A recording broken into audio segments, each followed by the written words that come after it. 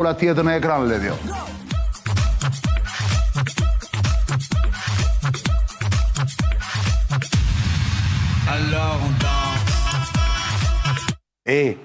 Edhe ky është lajmi i fundit, se ka ndodhur o dje për dje më duket? Dje. Po hajde se unë mbytëm me këtë lajm i fundit, se do fillojnë njerëzit tonë që si shpjegohet. Në fakt janë lajmet e fundit, të 2-3 ditët të fundit. Ky ka ndodhur dje, shikoni. Është një super avion turk që rrëzohet në Gjeorgji lindore, po vinte nga Bakuja, pra nga Azerbajxhani, për në Turqi. Po kthehej në Turqi. Është një avion, do i thot kulla tani, që rrëzohet në mes tyre maleve në Kaukaz. Male Kodrina Çana ato aty. Male të Kaukazit. Të Kaukazit. Tani pyetja është kush e rrëzoi super avionin turk në Gjeorgjin lindore? Dhe unë për ta shpjeguar me kullën këtë dhe për t'i dhënë ritëm tamam siç duhet kësaj pune, kam përgatitur disa pyetje për kullën. Dhe kulla do përgjigjet nga 60 sekonda për çdo pyetje. Kulla, kujdes, fillojmë pa humbur kohë. Pyetja numër 1, kulla. A është C-130 një avion ekskluzivisht ushtarak i Lockheed Martin dhe edhe Boeing? Po.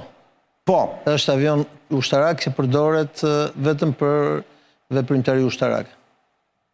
Transport trupesh ose jakush, ose transport armatimesh. Ky është që është rrëzuar, ky model, C-130. C-130. Po ky është avion që shërben vetëm për transport, nuk është kështu...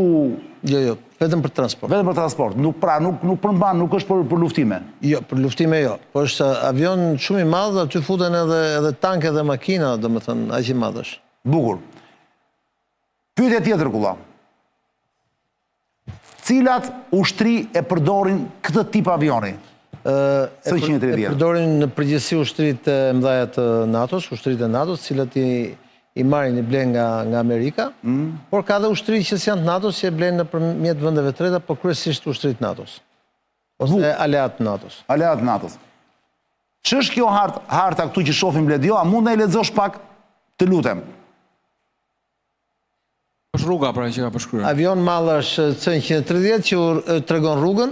Unë nis nga Azerbajxhani për të kthyer në Turqi. Avioni ishte shërbim ushtarak dhe Ministria Turke e Mbrojtjes e ka konfirmuar rrëzimin. Të 20 ushtarakët që ishin në bord vdiqën dhe shkaku i rrëzimit është ende i paqartë dhe është nën hetim. Bukur. Tregon rrugën nga aeroporti i Ganjas për të shkuar në Turqi. Kulla. Aeroporti ushtarak i Ganjas. Pyetje radhës. A mund ta kenë rrëzuar rusët këtë C-130 turk? Kufiri me Rusi nuk është larg aty dhe duke qenë që para disa muajsh u rrëzua aeroporti civil avionit civil i Azerbaijan Airlines dhe rusët e kanë pranuar pasi u rrëzu nga një dron, mund të ketë ndodhur, por nuk është në territor rus, kështu që dyshimi vjen a mund të ndodhë aty ndërkohë që s'është në territor rus. Ilir Kulla, po iranianët mund ta kenë rrëzuar këtë avion? Këtë super avion?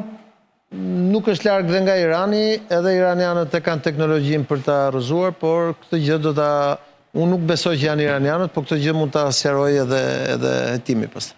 Kulla, Ilir Kulla, këtë super avion C-130 që nisej nga Bakuja për të zbritur nga aeroporti i Ganjës, nga Azerbajxhani, aeroporti ushtarak i për në Turqi.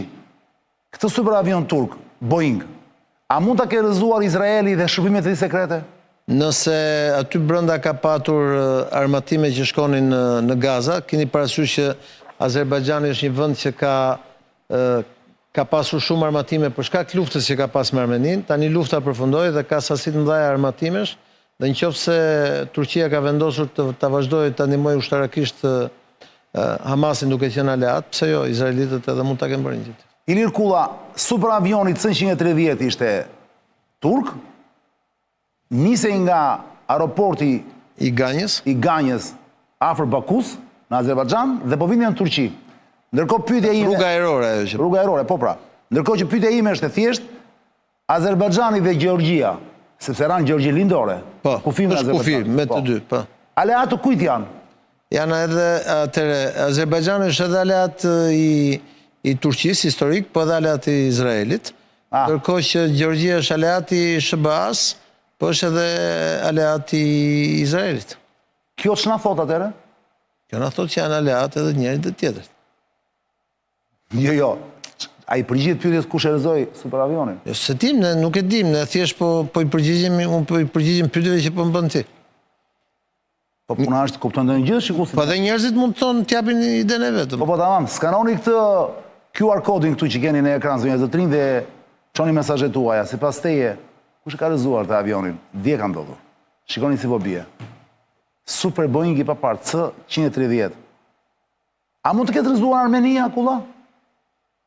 Teorikisht po do t'i duheshin, është larg nga kufiri me Armeninë dhe do t'i duheshin armët ruse për ta rrezuar, një raketë e ruse domethënë. Dhe pyetja më e bukur dhe më interesante kulla, që do ta mbyll me këtë fabul me ty sonte është kjo. Si ka mundësi, si shpjegohet që ky avion, pavarësisht se ishte mes maleve, është filmuar rënja e tij. Është rasti? Andreoti thoshte, të mendosh keq është gjunaf, po ndonjëherë edhe ja qëllon, e kupton? Andreoti është ish kryeministri italisht. Italian, po. Domethënë është një rasti shumë e çuditshme që dikush e ka filmuar, po është fakt, është ç'a të bëjmë. Se aty besoj nuk janë zonat banuar, aty u ka rënë. Jo, ka shumë pak banor, domethënë se është mes malesh, po. Apo ti thua celulari gjithandej. Ka qelluar një nga këta. Pap, edhe të qellosh është e pamundur më burre.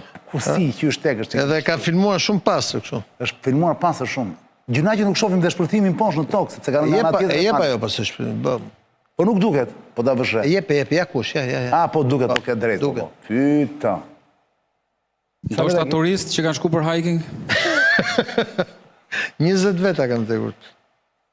20 veta kam tekur. Ishin gjithë ushtarak? Ushtarak kështu thuhet, po me siguri me atë shpërthimi bie që ka pasur shumë karburant në bord ose ka pas shumë armatime, kështu që me shumë gjas është një avion që ka pas shumë armatime brenda. Pyta. Dhe që ti thua, mundet, hipotezë është kjo të shkoni në Gaza.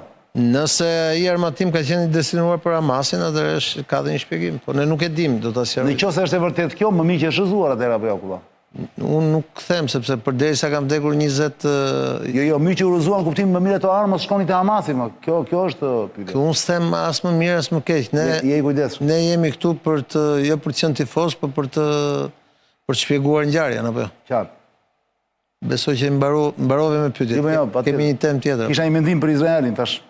Gjithmonë sa herë që sepse kam një lloj keqardhje për izraelitët se po i shenjë shumë të kohët e fundit e kupton. Por në luftë nuk ka të mirë dhe të këqij, ka humbës dhe fitues çan. Kjo nuk diskutohet, ka të fortë dhe dobët. Po ka humbës dhe fitues. Po që i dhiri. Po që i dhiri, la vida continua. Plaset fabula tjetër le t'jo në ekran. Pyta,